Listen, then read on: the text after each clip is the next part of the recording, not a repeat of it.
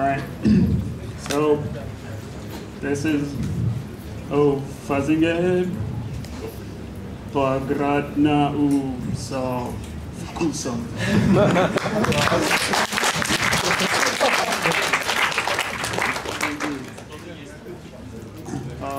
Я Miaubiz и это Atte Kettunen. And so fuzzing browsers in 2012 is sort of a generic topic. So everyone, like, I mean, why should we talk about something like this year? So I think like the best justification here is this, the bugs that we found this year in these two browsers. So Atte Kettunen from Oulu, he found 25 bugs in Chromium, 8 in Firefox. This is somewhat old, so more now. And me, 50 in Chromium and 5 in Firefox. And say a little more about yourself. Yeah. So my name is Atte Kettunen. I'm here from Oulu, Finland. There I work at Oulu University in a group called Oulu University Secure Programming Group, also known as OSPG. For the last year, I have been working with browsers, and I'm not in exploitation or anything like that. I'm just researching how we could use our resource we have available at most potential we have.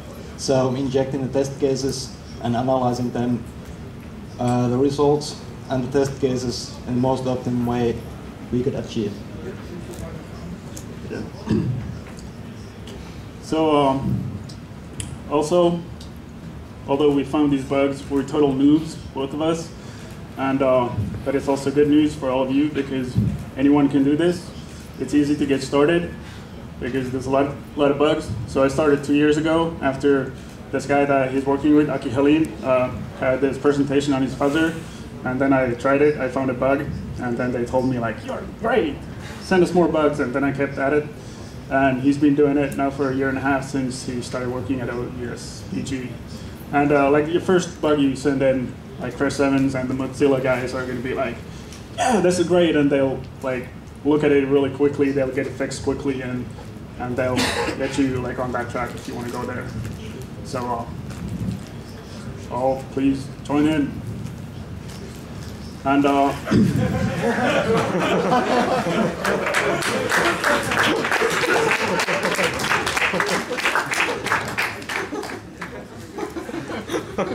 so address sanitizer, or ASAN, and it's what makes all of this possible, and we are very thankful to the people who make it, including these two guys here in the front row.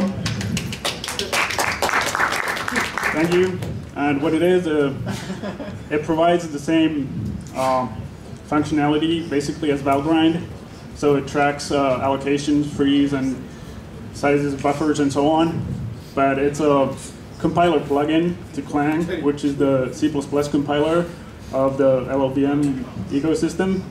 And you can browse with the browser built with address sanitizer. And it's only like twice as slow. It uses like way more RAM, but it's very fast, and it's made by the Chromium developers, including these two guys, and so that means that Chromium always works with ASAN because you need to do some tricks to get software to compile and to run properly with ASAN. But since it's done by the Chromium guys, that means that Chromium always works with ASAN. And Decoder, or Christian Haller from Mozilla, is really into ASAN as well. So he also makes sure that Firefox is buildable in, with ASAN. And it's especially on Linux, but also on OS X. Now it's working quite well for both browsers and OS X, but yeah. And so this is what the output from address sanitizer looks like. So here it's a read of size 1 outside of a buffer, and the page align the IPs to EC, which can be kind of interesting. And here we have the stack trace, but it's in numbers. So then you can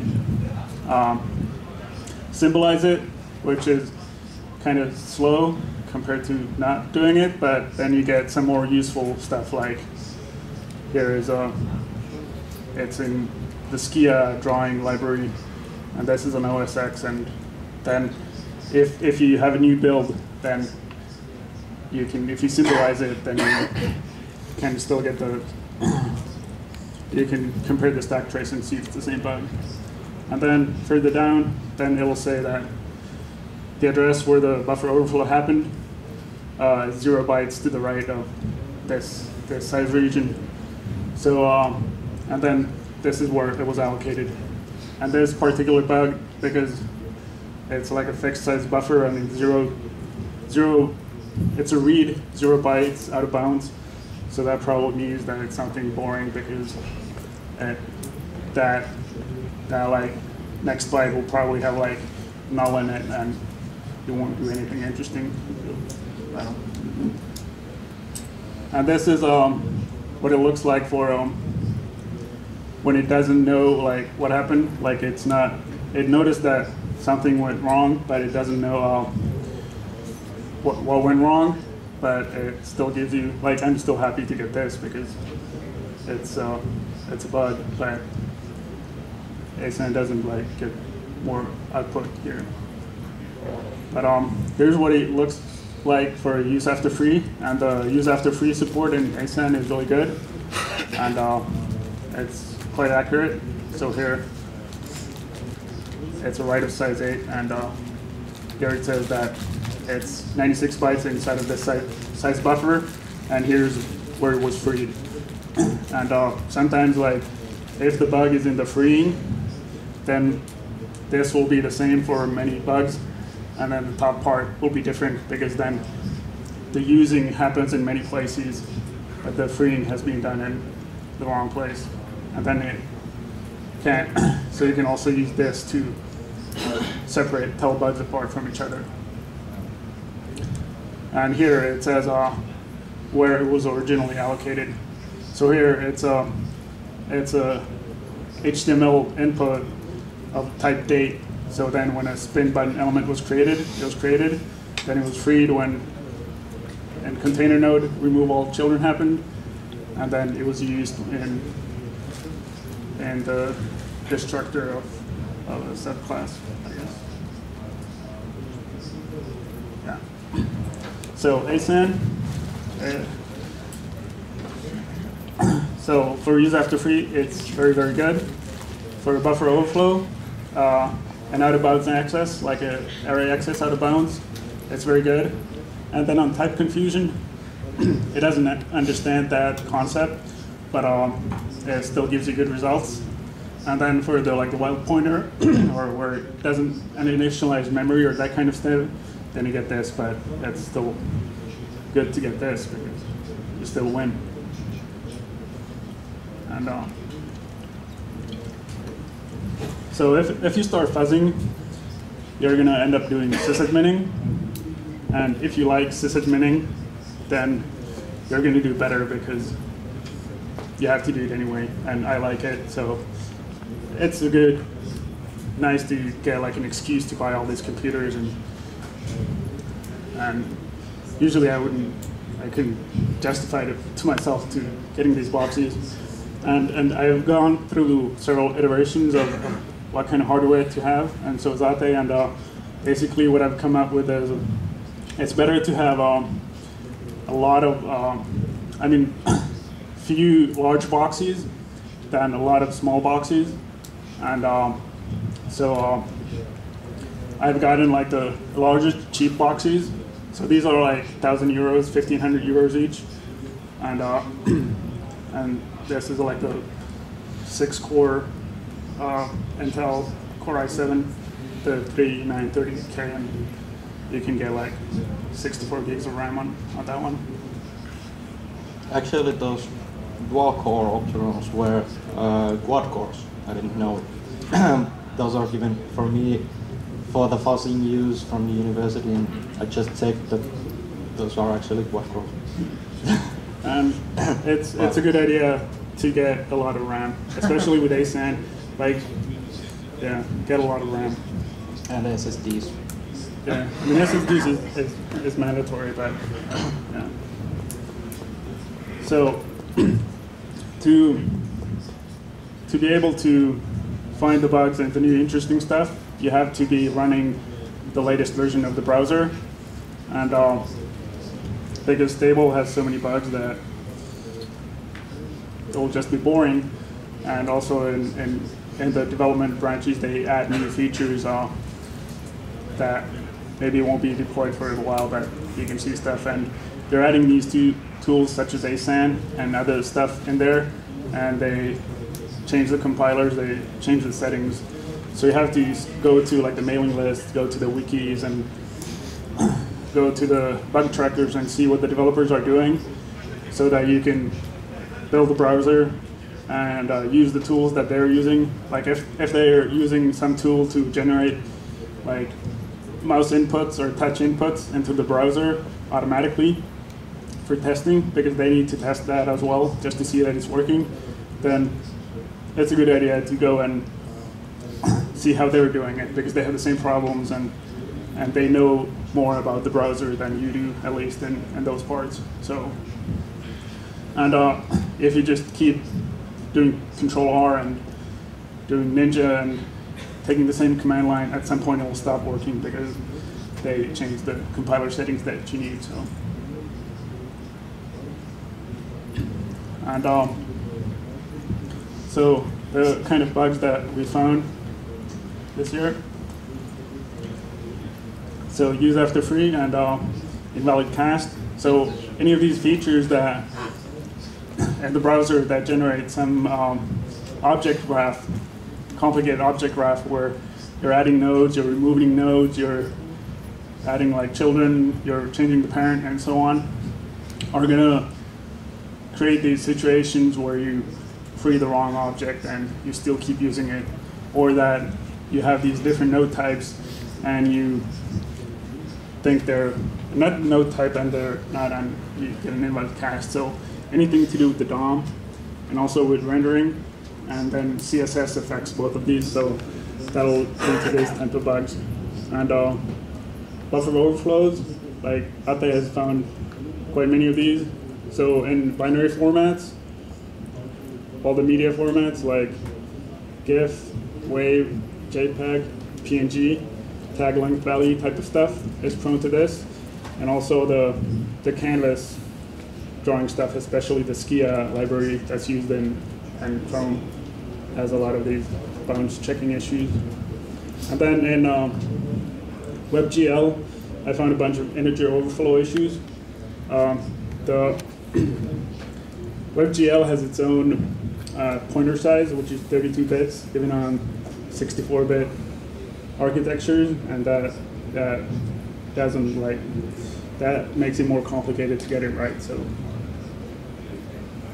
and so some funny bugs that we run into this year, and the first one, actually the WebKit one, neither of us found it for a while. I thought Atte had found it, but then like I was looking at it and laughing, because from a valid GIF, with changing just 2 bits, you get a crashing GIF. And then 3 months after I laughed at it, I accidentally opened it in Firefox and it crashed. And I was like, funny that no one else happened to do this. And it turns out that the WebKit GIF decoder is based on the Firefox one, and they copied the bug. So, and then, yours? Yeah, I found an out-of-bounds write, a libjpeg turbo version, and the browsers can handle like hundreds of objects in DOM and draw 3-dimensional transformations and shape the page as you will, but still throw huge value in one of header fields in JPEG, and you get an out-of-bounds write, and it's basic buffer overflow Also, there's one in wave audio. Should be real simple, but actually there was bug in it. Also in GIF, multiple bugs. There's only that one in the slides, but there was multiple bugs. I never thought that I would find something from GIF. I was trying to fuzz SVG, but then just tried Trojan GIFs in it. And just kind of fun. I didn't know if I should laugh or cry at that situation when there's actually multiple bugs open at GIF at the same time. I didn't fuzz any of those formats because I found there's no bugs there, obviously, but I was very wrong, obviously. He's found like close to 10 bugs in like those everyday formats that you thought like in 2012 were completely bug-free. But I still missed that favIco bug where PNB file had that invalid size. If I remember correctly, it was still width of the image was incorrect and it would cause a crash in Firefox. Yeah. So in Firefox, like a couple of versions ago, someone who is not us found a bug in favicon BMP processing, which is like the simplest file format there is, I guess. So that's that. We're sorry not to have found that one. But then this integer overflow and this safe integer library. So in safe add and safe multiply, it wasn't safe, and they fixed it by adding a safe uint32 and safe multiply uint32 functions that you have to use. And now it's a safe integer library where you have to use the correct integer types, which ironic bugs are always more fun. And then this bug, the SVG bug. So I sent in an SVG bug, and they said, yeah, we know about this one. We're just rewriting the whole thing. And when they finally rewrote it, then I said, well, I can still reproduce my bug, so here's the bug. And then they're like, well, it's obvious what the bug is, but it's very hard to fix because blah, blah, blah. And then they took another 4 months to fix it, and then I still had another reproducing case for that one. So it was 3 bugs on top of each other, and they just rewritten it too. And so we'll go a little bit through dumb fuzzing, and surprisingly, bit flipping still works this year.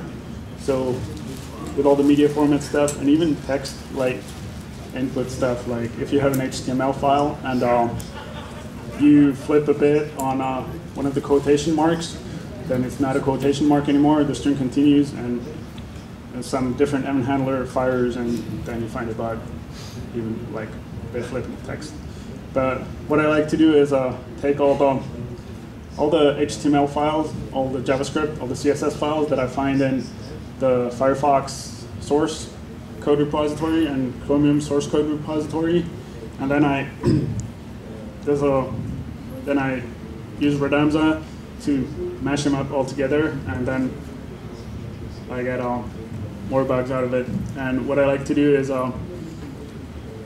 there's some references, like I take out alert, confirm, and the input one, because I don't want that, and I replace it with console log, and then I take all the files that they reference, like testutils.js, but then they have some directory prefix in there, so I normalize, I take all the directories out, and then I just have the testutils.js, and then I have nginx on my box, and the fuzzing goes through that. So then I look in the error log for 404, and then I look like which files are not found, like testutils.js, and then I copy that from the source tree to my HTTP server, like Ruby.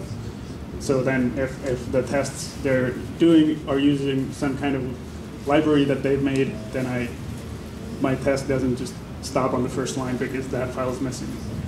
And then what you want to do is load up those files as fast as possible into your browser, and then you still want to know which file caused the crash. So even if you can load 100 files at the same time into the browser and it's super fast, if you don't know which one of those 100 crashed the browser, then it's not worth it because you want to know which one has the bug in it. And then here's a, well, because that previous approach, it can find you bugs, but then you still have time left from the reporting, so then you want to do something in the meantime. So you take some kind of specification or something, and then you create input from that, and then you process those inputs, and then the magic step of paglatkata, suka. And then when you get your crashes, then you hope that you can reproduce them. Like, I have this crash, so and then I have like the log and the file that caused it, and then I try to load it, and hopefully it'll crash again. And hopefully then, if it's like 150K of something, I can make it like this long, and make it something useful. And here's for WebKit rendering, this is what I did a year ago. So if I have a bug already, or some bugs that I know about, then I do a JavaScript that'll randomly evaluate different stuff. Like if it has 5 lines, I'll put those lines in an array, and then I'll randomly evaluate each of them in a row, and then at some point after I do it enough, it'll find the same bug. And then it'll maybe find more bugs that are different, and then I add like new lines that could be relevant, and then wait, and yeah. So here's an example of what the original bug might be. So this is like that date time element thing that I had the ascend output at the beginning. So this is what triggers the bug, and it's pretty simple. So your input, you don't have to add it to the DOM. You make it a date, then you make it not a date, and use after free and choose. And then, for example, then I would take these 3 lines and then evaluate them in random order, and then I would end up pretty soon having the crash. And here's another bug. This is 2 separate files, but they end up with the same bug. And here, inside the type, it says type equals again. So then there was some parsing error. It couldn't find the end of the thing. It read some other buffer. And here, this is not the valid syntax for the CSP. I don't know what the syntax is supposed to be, but it's not this, so it ended up reading some other buffer. And this, so this you can also like make into JavaScript thing, and you can insert these and in random order mix with these, and then maybe something will happen different. And here's another bug. This is an integer overflow in WebGL, and here I have this number, which is 2 to the 31 minus 0x 100, and then that's like a large. Yeah. So I have, yeah, my picture is, my text image is 256 by 256. And then this one is trying to get the data from there at the offset of this. So that plus this equals 0. So then it says they're all good, and then you win. So here you can take all these lines and put these in random order, and then you can change the numbers to random stuff and hope for more bugs. And yeah. For my fuzzer, I made a module for Canvas. It was actually supposed to be just a demonstration that how you could create a new module for my fuzzer and just drop it in. It's written some like 4 hours. I just took the W3C specification, checked for it for some keywords. There are the properties and methods of the different objects. You can group them and just basically generate JavaScript that would change the properties and attributes and would actually use those methods in different orders. Then I just check what kind of value types everything can take in. Replaced all the input values with get random value that would produce something almost correct, a little bit different, and of course vary between different ranges. And just throw all the stuff that Fuzzle generated line by line in a dry catch and throw it in the browser. It found some like 10-ish bugs from Chrome so far. And it's really just copy-pasting from the W3C specification and generating that one get random value function. So it's really simple to create a fuzzer for browsers. Yeah, and so here the W3C specification comes as an IDL file, which is like some kind of grammar file, so you can generate code based on that, basically. And when he said that, he looked at that, and then I kind of laughed, but then I didn't laugh so much because he found so many bugs with this. But my approach is to take the browser, create a canvas, and then like in the inspector see what methods are there, and see like what the actual implementation of it is, and then go in the source code and see what they implemented, and then go in the test files of the browsers to see like which stuff they're invoking, because then what actually happens is not the whole spec will be implemented, but then they'll implement other stuff that's not in the spec. So then if you have some values of the enumeration, some enumeration here, then and you can't find that word at all in the source code, then they didn't implement that, and calling it, unfortunately, won't cause awesome behavior. And then you can find the stuff that actually, or the extra stuff that's implemented, and then find even more bugs. Yeah, and this is the like the yeah. Go ahead. So Rodams is a tool used by both of us. It's written by Atte at OSPG. It's a presentation given in D2 2010 that actually got Miaubiz started on browsers. The main idea behind the Rodams was to create a simple fuzzer that should handle all kind of input data, so that you shouldn't, every time if you are using some binary format, you don't have to use different kind of bit flips and copy pasting stuff, but you could shoot it on the same fuzzer that is fuzzing like XML or HTML. So Rodams tries to detect what kind of data it's getting in. It might be binary or string form, and Rodams tries to detect if there is some sort of syntax in it. It tries to preserve the syntax as far as possible. Of course, it uses bit flips, different kind of transferring words in the nada locations, uses form detection and parse trees to change nodes between the formatted text. So, so far it has been working quite well for all media formats I've been using. It's about 20 or so different formats, and also Miaubiz has been using it with a pretty good success. Yeah, yeah, and there's two versions of it. There's like the current version, and then there's the old version, and I use both just to be safe. And Aki like knows about these Russian skiers or mathematicians. That for us, it just works. You just type Rodamza and Kolmogorsk. So yeah, so here's basically how I fuzz.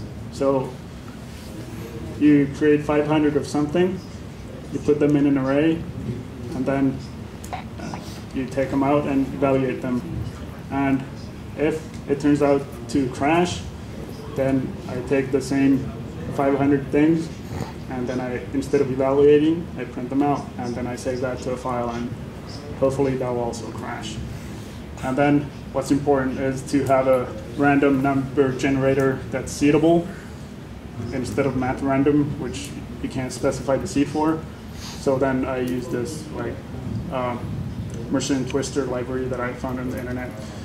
But so then I put in the seed into the files with sed. I have the string seed in there. I put in some random number. So then that seed stays with that file. And then if it crashes, then I keep the file, and then I can just open it with the browser and then do this stuff if necessary. So node fuzz is a fuzzer, or mainly a test case injector written. The name comes from usage of Node.js as the base, so it's fully written in JavaScript. I chose it because, like Miaubiz, at start I was creating my fuzzer on the browser side, so the whole thing would be running on the client. So everything was written in JavaScript, and I was lazy, so I just copy-pasted it in Node.js application. It worked. The main idea in the node fuzz was to have some simple test case generator that also would analyze all the crashes for me, and would be able to handle all modules, so that I could just dump new files in a folder and read them and just start fuzzing based on them. It uses WebSockets for the server and client communication.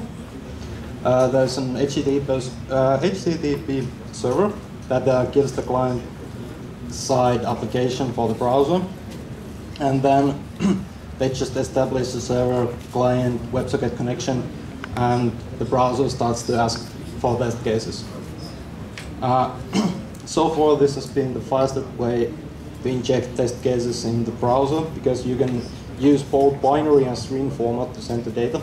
So if you're using like image files, you can just binary stream all the data into the browser and just open images over there. You don't have to have the HTTP overhead that starts to pile up in small images and stuff like that.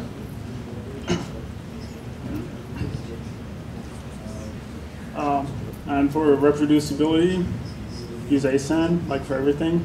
It's awesome. And then don't do this. Because this is like the dynamic global state of the browser at this time. So you're referencing the 5th child of body, and you're adding the 7th child of body. And because append child will remove that body children 7 from its current parent, which is body, then on the next line, body.children will be a different array. And if you have these kind of lines and you remove stuff in between, then it'll change these references, and you'll never be able to remove any of the lines on there. And then you'll have some crashes that are exploitable, but you have like 700 lines of this, and there's nothing you can do about it. So the alternative is to have like variables, element 5, element 7, element 6, and then put the stuff in there, and then you can reference those throughout the code, and then you can just remove any lines or whole element, like all references to some element, and then you'll be able to minimize the thing. And if possible, group stuff, like say you have like 10 canvases at the same time on the page. So then if one of them is causing the crash, it's useful if you can eliminate one canvas at a time, or half the canvases. So then you can quickly eliminate 90% of the stuff and get to the one canvas that is causing the crash, and hopefully you'll have stuff grouped within that canvas, and then you'll be able to split those and get a lot of lines out of there quickly. And so this is like one of my favorite topics, is staring at the browser. Like at home, I start the fuzzer and look at it. And it's actually useful, because if you do something like I did, some SVG stuff, and this path element, which is supposed to draw like shapes, and I just got white boxes, and if it doesn't look like it should, or like you load animated GIFs, and the browser loads, and you kill the browser and start another one before the GIFs get animated, then you can see that something's going wrong. And for SVG, you have to use like the SVG namespace for the elements for create element. So I didn't have that, so I was getting just a HTML element called path, which had no special functionality. And I was trying to do random strings, and I was calling a function with this instead of like the normal parentheses, and I was getting undefined everywhere. So if you stare at it, then besides it being fun, then you actually find bugs in your fuzzer. Because then if you just look at like the load of your computers, they'll have a lot of load even though they're doing nothing. So it's useful to actually like stare at the browser. And this is how I minimize test cases. I know a lot of people have some like automatic minimization stuff, but I just have this loop, and then I go to VI in another window and I remove stuff, and so this will exit when that file is modified, and then open the browser with that file. And there's a tool called KQ Wait on GitHub for OS X that does the same thing. And at this stage, unless it's a duplicate, you already know that you've won. So then it's kind of fun, like, I'm awesome, you're into the browser. So it doesn't like hurt you that it's kind of boring. But if you suspect it's a duplicate, then it's like, then it's really annoying to do this. Like, and this is from Monkey Heli, and this is like the first iteration of infrastructure. So you create some gzip file, and then in an infinite loop, you run the fuzzer, and you create a fuzz gzip file. Then you decompress it, and if the exit code was about 127, then you exit the loop, and then the next day you come back to your computer, and if it's exited the loop, then you have a crash, and then you have fuzz.gz, and you can try this command manually and see if it crashes again. And this looks really simple, but this exact thing has been used by Aki Heli to find libgz bug 2 years ago. And and this is essentially what I started with 2 years ago, and I find my first bug was something similar, except for gzip. I was opening Chromium. And but then pretty soon you want more, because then if it finds a crash, then it'll quit, and when you come back in the morning, if it crashed 5 minutes into it, then you've lost the whole night, and then it might be a boring crash. So then you want to have something where, with this, it also copies the fuzz.gz with some other name into some other directory, and then keeps going. So then when you come in the morning, you have a directory full of stuff. And then if you have more than, then you can open tabs in your terminal and have a lot of these going on at the same time. And so it's a good idea to start with something that simple and add stuff as you go along, because rather than trying to do like a complete thing from the get-go and see where it takes you in a couple months. So then all of that you'll want to like automate opening the different tabs, or like if you have more than one computer, you'll want to like view the results on one computer and so on. And what I have is I have one master node, and then all the other nodes are synced to the results to that node. And then I have all the reproduction files on the file system as regular files, because then it's easy to open them with the browser. If they were in the database, then you'd have to get the file out, get in the browser somehow. So I just have the file, and then I put some metadata in the file name on the crash, but then most of the metadata I put it on into Redis. And then I also have these input queues. I have this directory where I put in the files that I want to load into the browser. There's a shell script that loads them into Redis, and then whenever a browser wants a new file, then it gets one from Redis. And So that way I can just generate all the test cases on one computer, and then all the other computers just get them from that shared storage. Then I rsync the new browser builds to the other computers, and then I have Git for the fuzzer source and so on. And for assign logs, this is what I grep for. So use after free, buffer underflow, buffer overflow, other stuff, then just program counter, and then offset is related to the use after free and buffer overflows. And frame, this is something it at least used to output on stack overflows. And then you can get the page align EIP of the crash, and then this offset and size of the thing, 8 inside 144, then the top stack frames of the crash, and also of these object allocation trees, and then you can use this to bin crashes.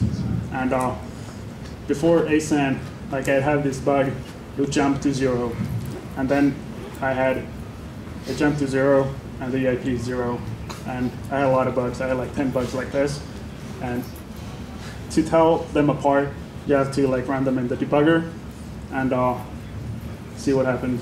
And that's very slow because I like to put all my crashes back into my directory that's called goal, and then have them run through the browser again. So I get crashes all the time for the same bugs. And then with ASAN, with this information, everything works. It's beautiful. It rarely goes to 0. And so if you're running like a regular browser on Linux, then like the interesting information goes to current.log.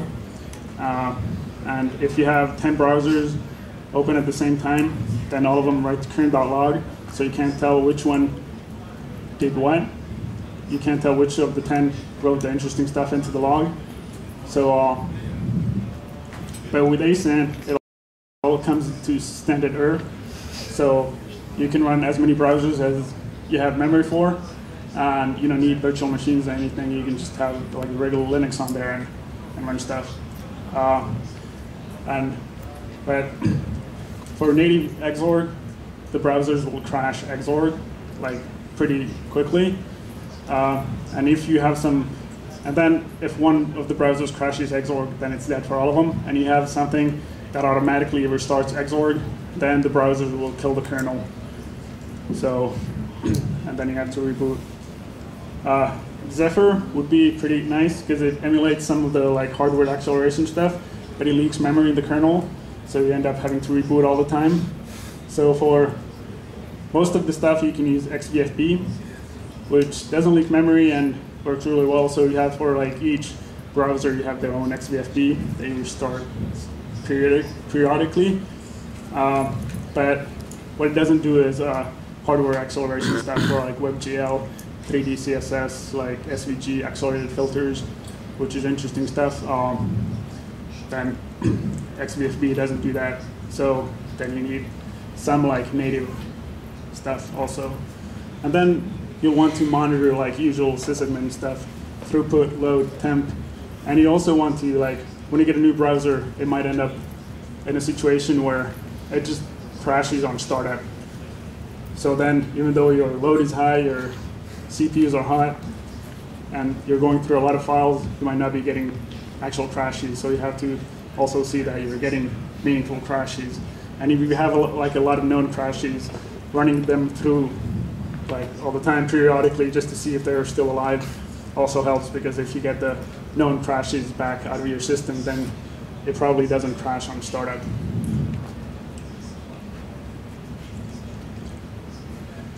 And so when you're reporting bugs to Firefox or Mozilla or Google, then this is getting a duplicate bug is bad, because then you don't get anything. And Inferno at Google is fuzzing especially Chromium, but now unfortunately also Firefox with 20,000 computers. and he's finding a lot of the same bugs that we are. So this year, me and him, we in total had over 50 duplicates. Might be something like 100 now. Yeah. And it's really demotivating. And then if you report the bug, and then you get an email back like in 2 minutes from Inferno, then you can usually tell it was a duplicate, because then he'll right away, he's always online and he'll see that it's a duplicate. So if the answer comes back in 2 minutes, then it's a duplicate. If it takes longer, then it's probably good. And if you report a bug before you go to sleep, and then you wake up in the morning and you have a mail waiting for you that says it's a duplicate, it's not the best way to start the morning. But sometimes you get a new build and you automatically see some crashes, and then I go to Atte so you're seeing the same crash, and he's like, yeah, I have it on all my boxes all the time.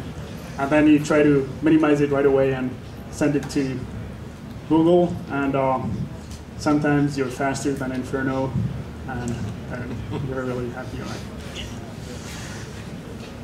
And so I added this Russian saying of Manul idiot zatvai, to fill in this non-Russian saying that I had in here. And I am very superstitious because I'm using random numbers to find valuable bugs. So I don't want to jinx it, so I knock on wood and the Manul is coming for you. But luckily, the browsers are continually adding new features, and what's especially good is the Adobe guys who are adding the features. And if there's fewer bugs around, then presumably the bounties will go up. And if there's no bugs around, then we'll start to write exploits, because that apparently is more lucrative. And спасибо большое. Questions? Why Firefox crashes? Why you did find much less bugs in Firefox than Chromium? Do you want to answer that? Why more bugs in Chromium than Firefox? Is it because Firefox is better, or the other reason? I don't think that it's better, but so far I have found out that the Firefox is much more strict on the stuff you can throw at it. It's much more easy to just reject all the malformed stuff than what Chromium is. Chromium is trying to parse through the data, and Firefox is just dumping it, not accepting any. So I'm not sure if that's the main reason. Also, there is the problem with CSS styles, that browsers use their vendor prefixes in some styles that are currently under development. So at least I don't have as good implementation and modified prefixed stuff than I have in a WebKit site. So that's the main reason why I haven't been finding any more crashes from there. Well, for me, one of the reasons is that, ASAN support for Chromium has been good from the start. So another reason is that Chromium is a lot faster. So then you have time to go through more iterations, and you can. So then if it's twice as fast, you can, with the same CPU power, go through twice as many files. And another thing is that before Address Sanitizer, it was very difficult to get the crash data out of Firefox. Like, you'd have to build your own binary without like the crash reporter, and the thing where the tab thing on Chromium meant that it was easy to load multiple files in one Chromium browser, and then get